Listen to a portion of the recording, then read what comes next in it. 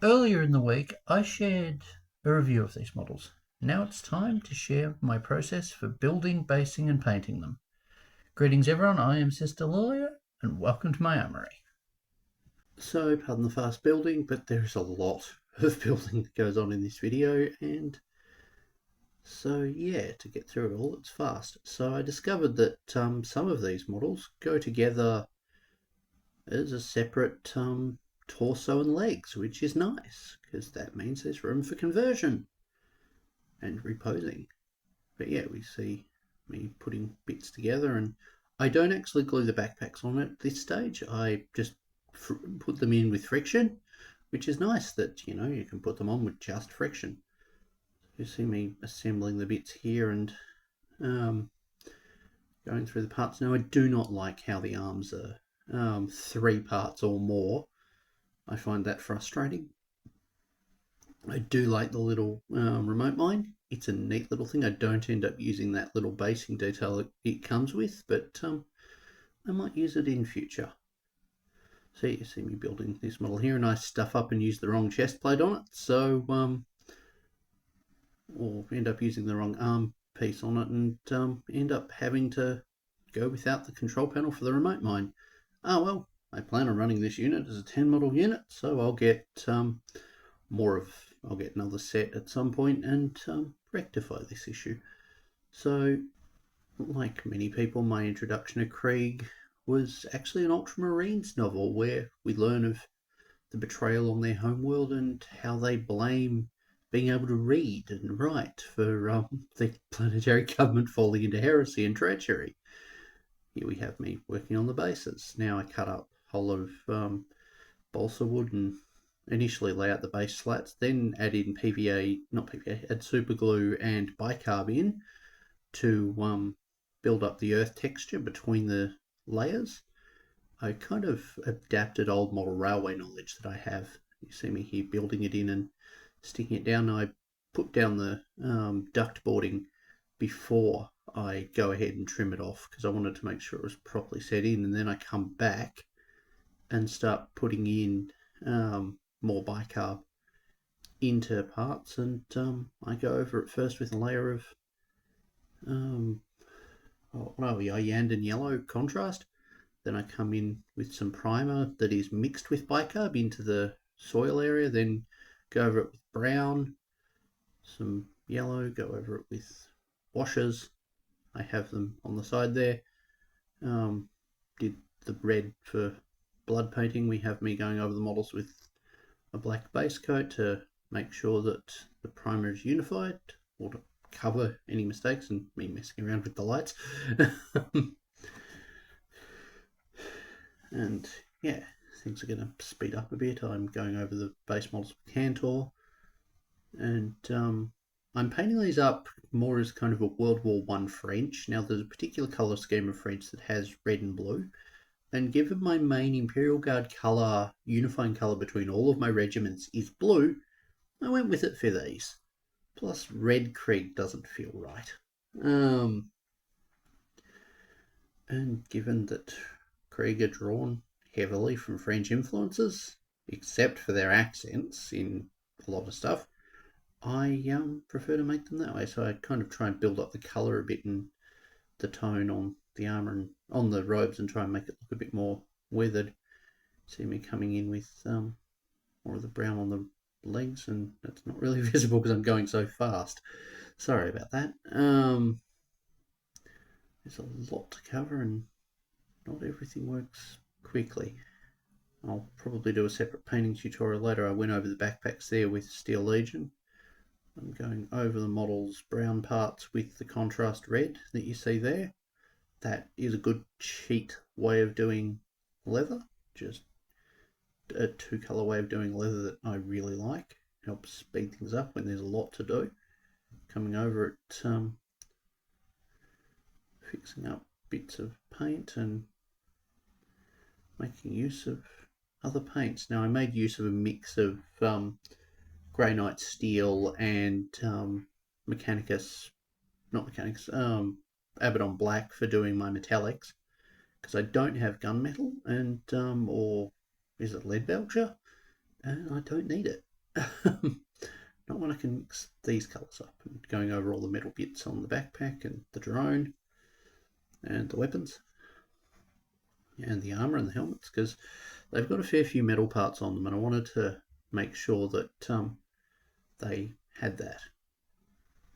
But it did take quite a lot to get these together now. I'm not sure if the actual eyes are going to be visible when painted, or if I'm going to be able to show it. So I went over the base of that model to replicate the colour initially, first of the balsa wood and then of the ground, and deliberately dirtied up the Archimedes screws on the little remote mine. I love the remote mine.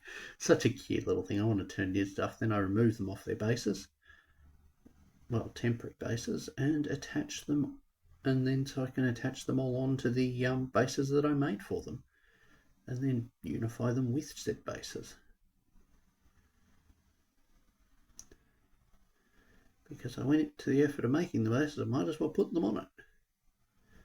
So even the Archimedes screw mine goes on there. Now I put the mine towards the back of the base so that I don't have to put in the scratch texture to make it look like it's scored its way across the wood. Yeah, come in and just further dirty up the wood and make things look nasty. Making use of really thin down colours and even washes. Now come in with a mix for the eyes. Oh, no, that's the faceplates. That is making use of a Vallejo miniatures paint that I bought long before the strikes. Here we have me rimming the bases, and we are done.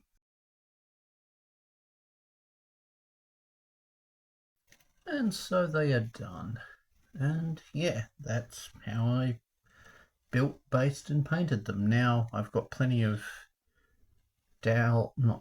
plenty of balsa left aside, so I'll be doing more bases in future.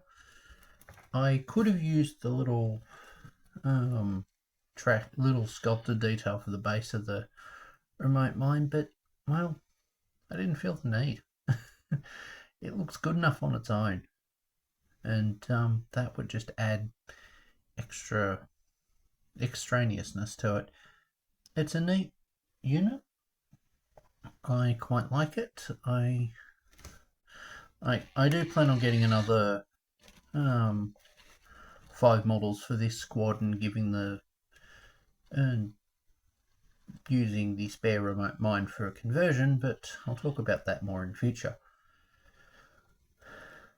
But yeah, the yellow ended up looking a bit green. Oh well, at least it doesn't look terrible.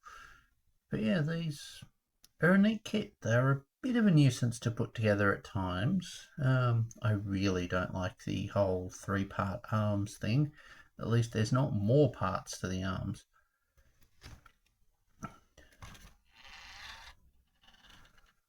But yeah, it's interesting to see how they changed the design from the old Forge World models. Them having a remote mine instead of a mole mine launcher is a interesting choice. Also, them seemingly losing gas grenades, unless I missed something. But now I just noticed there's a hair in there. At least there isn't a bear as well.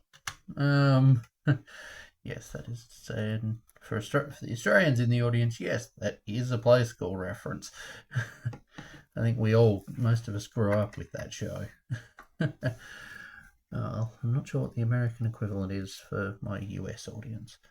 But yeah, we've got these coming along, and I look forward to actually getting them on the field. Now I opted to go for silver for the or go for aluminium/silver for the masks, even though I'll need to probably go back over it again with another layer at some point to touch up where it's worn off, just to because in photos it will look white. In a lot of pictures it's going to look white, so it won't matter. But I think that one's mask's starting to wear off, which is interesting because I have a different colour underneath. But yeah, I like these. And the masks do actually seem to look white in the photos, which is in the video, which is kind of cool. Guess I need to make a green plasma pistol at some point. Anyway, thank you guys for watching. I've rambled on long enough. Things are going to be interesting with regard to content because I've got a busy month coming up next month and things are about to get busy beforehand. Anyway, thank you guys for watching. I hope you enjoyed. And what are you guys working on at the moment? I'd love to hear. I genuinely want to hear what you guys are making at the moment. Are you building more Krieg, or are you building Krieg or other card units? Anyway, thanks for watching. Bye. One idea I got suggested for a spare remote mine is as a portable patient table. Just that rolls around carrying patients. And kind of a neat idea. I can even put crates on one though.